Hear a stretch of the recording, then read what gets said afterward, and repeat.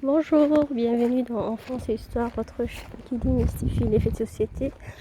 Aujourd'hui, on va parler du mépris qu'a Macron pour les Africains. Donc après, ça n'étonne plus les mépris de Macron, parce que Macron a même du mépris pour son propre peuple, pour pour les ouvriers français, pour tout ce qui est pauvre, tout ce qui est misérable.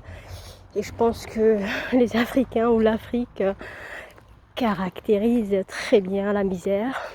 Donc ça ne nous étonne pas. Et c'est mon interprétation de sa façon de parler. Et je pense que c'est pas la seule interprétation qui est ainsi. Je pense que beaucoup de gens ont compris sa façon de parler. Alors, qu'est-ce qu'il vous disait Macron quand soi-disant les Français ont quitté le Niger? Il disait on va quitter ce pays, on va les laisser dans leur terrorisme, dans leur tribalisme. Voilà, après, voilà. Je réinterprète, mais grosso modo, Macron disait, mais parlez vraiment ainsi des Africains. Et après, bonjour, pour être vrai, bah, c'est la vérité. C'est vraiment, c'est tristement ainsi qu'on est.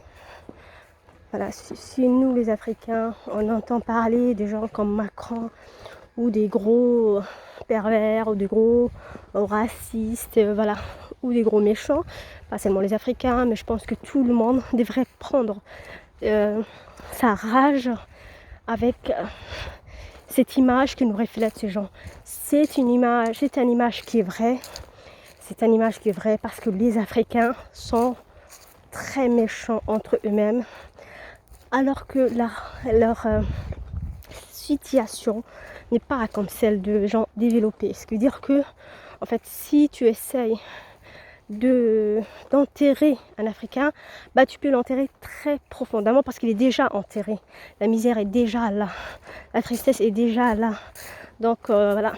Et malgré une misère comme ça, il y a des gens qui arrivent à se retourner contre le leur. C'est-à-dire il y a des gens qui arrivent à intégrer des groupes terroristes, des groupes mercenaires fabriqués par des Européens, bien sûr, fabriqués visiblement par de locaux, mais tout au-dessus, il y a des Européens qui gèrent. Et ils arrivent à intégrer ces groupes mercenaires qui sont très armés. Voilà, on sait tous que les mercenaires en Afrique ont beaucoup d'argent et peuvent et détruisent les locaux. C'est ainsi depuis des lustres. Alors voilà, je voulais juste il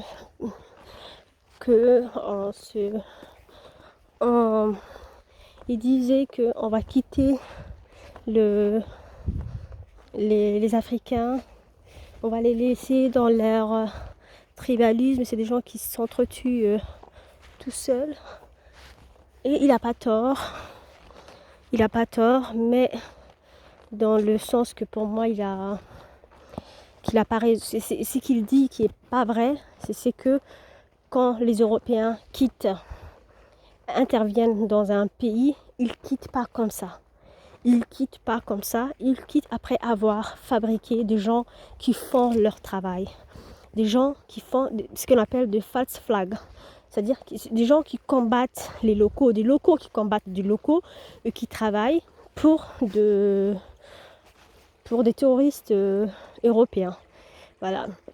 Et ces locaux, il y a toujours un local qui est force, qui est souvent voilà, quelqu'un de services ou d'espionnage qui travaille avec les Européens. Voilà, c'est-à-dire que si c'est des Américains, un Américain du pays ou un Français du pays et qui est militaire et qui va se faire passer pour aussi un terroriste.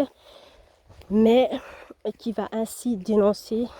Et s'il y a un qui remarque que ce qu'il fait n'est pas bon et qui veut se désister, bah, il va se faire tuer. Et bien sûr, il faut que les Africains sachent qu'à partir du moment que tu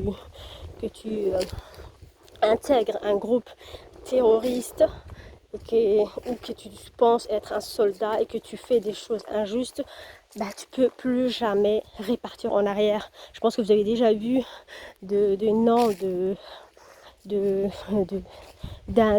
individu du groupe Hamas ou de Al-Shabaab ou de